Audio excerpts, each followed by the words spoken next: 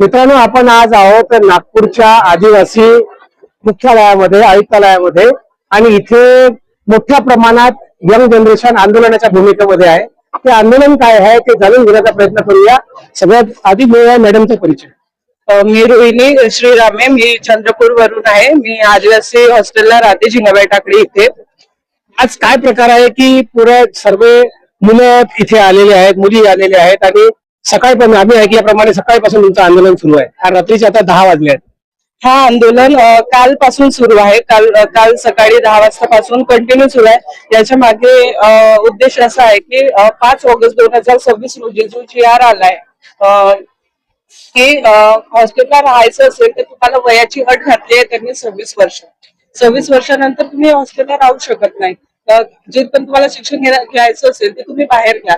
26 वर्ष, जसे तुम्ही 26 वर्ष झाले, आता तुम्ही 26व्या वर्षी तुम्ही हॉस्टेलला ऍडमिशन घेतलाय, तुमचं फर्स्ट इयर आहे, पण आता सेकंड इयर साठी तुमचं 27 वर्ष आहे. यांनी 27 वर्षासाठी जर तुमचं सेकंड इयर आहे तर त्यांनी तुमचं ऍडमिशन कॅन्सल केलंय. आणि जे डीबीटीची रक्कम मिळालेली आहे कोणाकोणाला, त्यांच्याकडून त्यांनी त्या डीबीटीची रक्कम परत घेतलेली आहे. आणि मला असं वाटते की शिक्षणासाठी कुठलीही वयाची अट नसावी. तुम्ही काय शिकताय आता? माझं MBA फर्स्ट इयर आहे. तुम्ही संविधान वाचलं? जे GR आला आहे त्याच्या संविधानाने अट घातलीच नाहीये.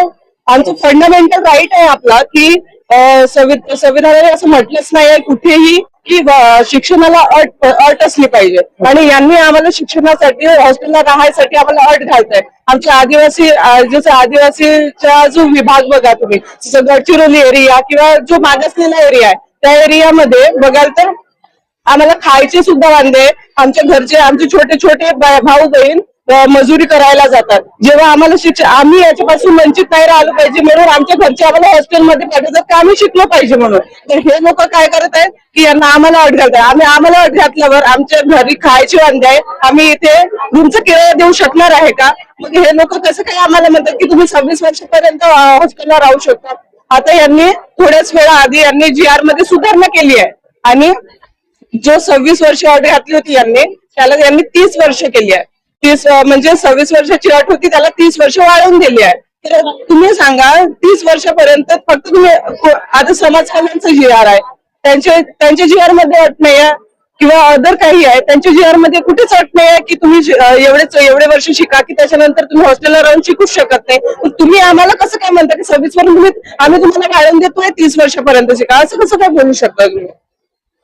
म्हणजे सरकार अरेरावी करते असं तुमचं म्हणणं आहे? हो, कारण ते जसं आता तुम्ही म्हणताय आधी 26 वर्ष म्हटलं, आता 30 वर्ष म्हणते, थोड्या वेळाने तुम्ही वाढवून देणार 32 वर्ष म्हणणार. म्हणजे हे तर तुमचं असंच आहे ना की आम्ही तुम्हाला वाढवून देऊ, पण आम्ही म्हणजे असं म्हणणार नाही की मुलांच्या शिक्षणासोबत खेळखंडोबा आहे. होतच आहे. आदिवासींच्या शिक्षणासोबत खेळ, आश्रम शाळेचं बघा, आता आमचं हॉस्टेलचं बघा. आधी आश्रम शाळेमध्ये पण सुख सुविधा नाहीये, हॉस्टेल मध्ये पण आता आहे सर्व काही व्यवस्थित, पण या लोकांना आम्हाला शिकू द्यायचं नाही हॉस्टेलमध्ये राहून. तर मित्रांनो, महत्वाचं आहे की बाबासाहेबांनी जेव्हा संविधान बनवलं त्या संविधानामध्ये शिक्षणाची काही अट नाहीये आणि शिक्षण हे वाघिणीची दूध आहे, जो पेन तो गुळगुळल्याशिवाय राहणार नाही, हा महत्वाचा विषय आहे. तसेच बाबासाहेबांनी संविधानामध्ये एक संविधान बनवलेलं आहे, 5वी अनुसूची, 6वी अनुसूची, त्याच्यानुसार आदिवासी लोकांसाठी विशेष व्यवस्था केली आहे. परंतु ती विशेष व्यवस्था त्यांना न मिळता त्यांना कुठेतरी डावलण्यात येत आहे, अशी परिस्थिती आता दिसत आहे.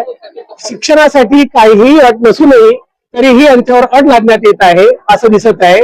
बाबासाहेब म्हणतात की शिक्षण असं आहे की कितीही जीवनभर शिकलं तरी आपण गुडघ्यावर पाण्याच्या वर जाऊ शकत नाही. तरी सुद्धा सरकार का बरं शिक्षणाची अट लावत आहे, त्यांना शिक्षणासाठी कमजोर करण्याचा प्रयत्न करत आहे असं यांच्या बोलण्यावर दिसत आहे. याबद्दल तुमचं काय मत आहे? मॅडमने जे म्हटलं त्याबद्दल तुम्हाला काय वाटते ते कमेंट बॉक्समध्ये जरूर लिहा, लाईक करा आणि लोकांपर्यंत जरूर पोहोचवा. धन्यवाद. थँक्यू.